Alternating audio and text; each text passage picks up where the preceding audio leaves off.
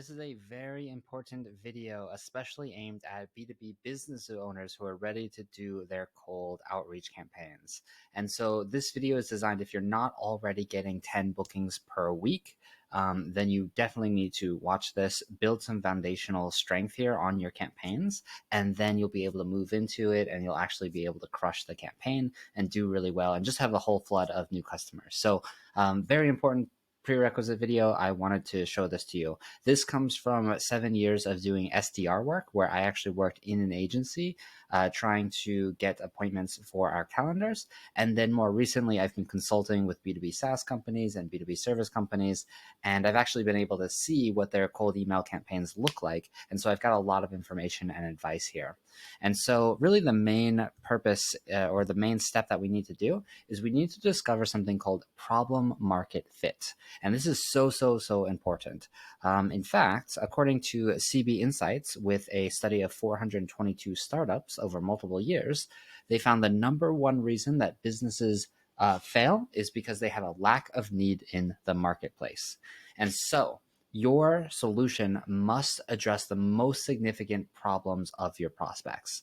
If it's not actually positioned to solve the most significant problems, people are not going to care as much. It's going to be harder to get responses. People are not going to show up to appointments, and they're ultimately not going to buy your solution. So very important. And before, caution about skipping. If, let's say, you already have experience in your field and you feel like you know it enough and you can kind of skip over this, I have a few things that are pretty important that you might want to consider. So you might have been building a solution already, which means that you know more about the solution than your prospects do now. And so you might have a little bit of a different perspective. You might not be a typical fit for your avatar in your niche. So for example, you might be more tech savvy, you might be more successful. There could be a whole bunch of things that makes you kind of unique. You are naturally optimistic and biased towards your product, which is great. But now you need some honest feedback from what other people or unconnected people would say. And then you might also uncover hidden market opportunities that will give you a competitive advantage. So even if you have experience in this field, I would really highly recommend that you do not skip this step. So how do you uncover the real problems in your market? You use customer interviews, or you can call them prospect interviews if you don't have any customers yet. And so the way to think about this is your competition is already doing this. So, when they're onboarding new customers, when they're fulfilling on their service, when they're doing Ascension, or they are offboarding the customers, they get a lot of data on what customers like and what they don't like. So by doing this with prospect interviews, you basically get to shortcut into that cycle without having any customers or without having a reliable marketing to do that.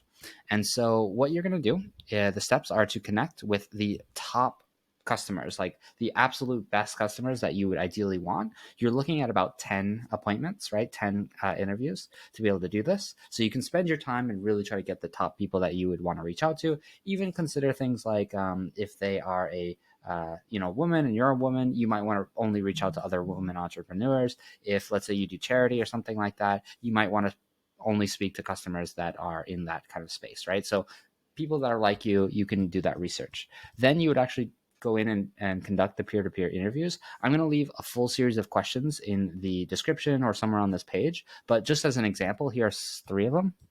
So what are the 3 biggest business challenges that keep you up at night? So that's actually like a very important framing. It's like, what actually do you like worry about at night? What are you anxious about? What are you currently paying for to solve this problem? So most of the time, there's already some kind of solution that they're using. Even if it's not perfect, it's something that they are paying for right now. And then what do you think would be the ideal solution? Like, what would you want if you could just have anything, right? And so that's going to frame how you would speak back to these people once you do the marketing, right? If they say, hey, I want this feature, and this feature, you know exactly what to put in your cold email. So it's very easy. Remember to inquire about their primary needs. So primary needs is the most important thing. We don't want to have like a nice to have product, right? We want something that they need right now. And then at the end, you are going to compile and share an insights report. And it's just going to be a summary of all these interviews. And then you're going to send that out to your prospects who you went on to. If you want, you can also call them on to another Zoom call or something like that and actually discuss the results with them. And then lastly, you are going to introduce your product and look for potential conversations or sales. So what this means is, like, if at the end of the interview, you might just ask for some honest feedback. Hey, here's my product. This is what we do. Here's our value proposition. Could you give me a little bit of feedback on what you think? Do you think this would be useful for your business? Do you think you have any friends that might be able to use something like this? And you might actually be able to get some sales from this process just using this. And paying if you need to, like, instead of doing peer-to-peer interviews, like you're doing this outreach and people are not open for interviews, then you might actually even want to pay them. So if you pay 10 people $50 each and you pay $500, and all of a sudden you introduce your product to 10 new people in the market and you get, let's say, 2 sales, 2 sales for $500 might be very much worth it for you, depending on how expensive your product is and everything like that. And then so you're going to use these insights to refine your product or service if necessary. But if not, then it's mostly going to be how you position your product, right? And a little bit about my story. I actually have expertise in setting up CRMs for local businesses. And if I didn't do any kind of customer research, I might have a guarantee or like a message that goes like this: I can help you with your CRM setup. I know you're not doing enough follow-up, so you are probably missing out on sales. And I can actually guarantee you that we can have a 10% increase to your bottom line via this CRM integration or optimization, right? And so that might be kind of my ignorant messaging. Now, when I did the actual customer interviews, I learned that customers in my niche sometimes had slow weeks or slow months, and they needed 10 appointments pretty much that week, or else things were going to be really bad financially. And so you'll kind of, the way you can hear me speak even is that was way more painful than a 10% increase to the bottom line. Getting 10 new appointments this week is a real pain point that some people in my market had.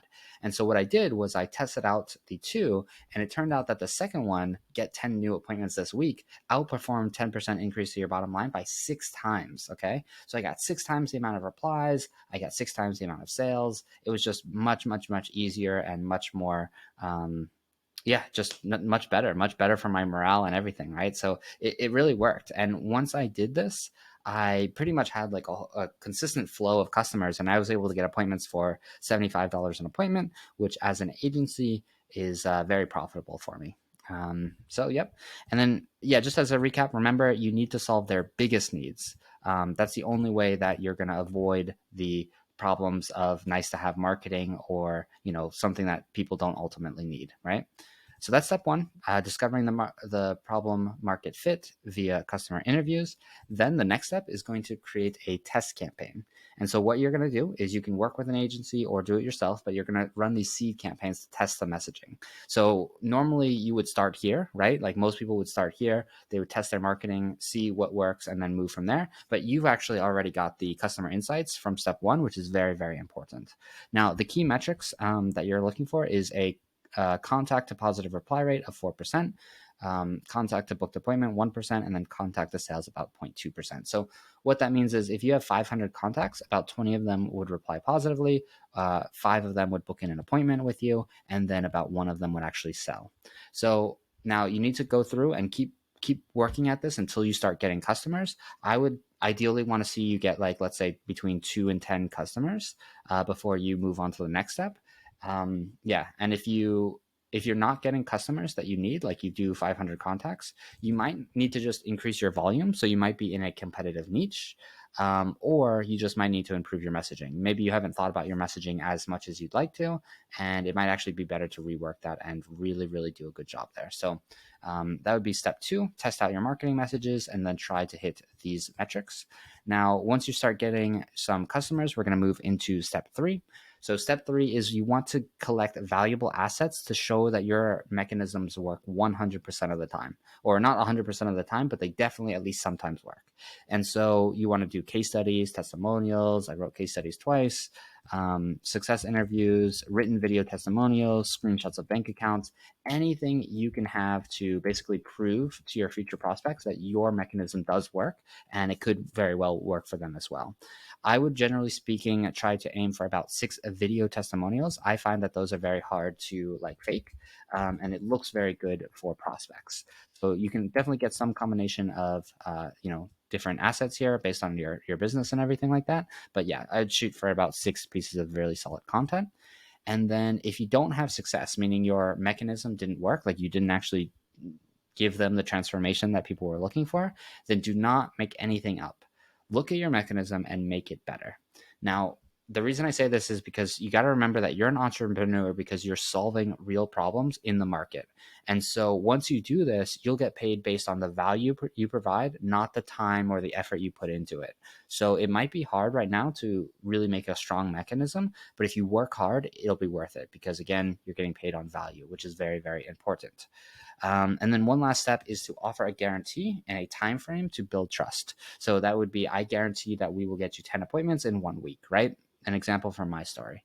Now, it's important to note that you'll hopefully be reaching out to your ideal prospects, so the lead quality will not be an issue. So a lot of the times people are worried like, oh, if I offer a guarantee, I'm just going to get like bargain shoppers or anything like that. But when you're doing cold email, you literally choose who you reach out to. So if you reach out to a person who owns a 500-person company, they're definitely not going to have an issue with lead quality, right? They're going to be a very high quality brand, but it's going to give you that trust factor, right? Because when you're doing cold email, the number one thing people wonder is, should I trust this person? Is he a scammer? Like, is he going to deliver on his product? And that's why the guarantee comes into play. Now, one more thing I wanted to mention on this is if you find that